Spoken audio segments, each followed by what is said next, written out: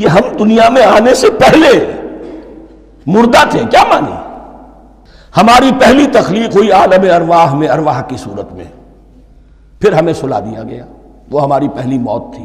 مردہ جو ہے معدوم نہیں ہوتا، مردہ ہوتا ہے، بے جان ہوتا ہے، سویا ہوا ہوتا ہے، اور موت کو اور نیند کو تشبیہ دی گئی ہے۔ پھر ہمیں اس جسد کے ساتھ یہاں زندہ کیا گیا، پھر موت طاری ہوگی، پھر ہمیں زندہ کیا جائے گا۔ یہ آیت جیسا کہ میں نے عرض کیا بہت بڑی اور بڑی گہری حکمت اور فلسفہ قرآن کی آیت ہے۔ اس نے تمہارے لیے بنایا ہے جو کچھ بھی زمین میں ہے۔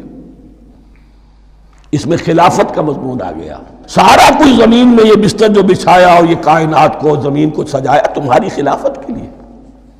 حدیث میں آتا ہے انما الدنیا خلقت لکم وانتم خلقتم للآخرہ، یہ دنیا تمہارے لیے بنائی گئی ہے، تم آخرت کے لیے بنائے گئے ہو۔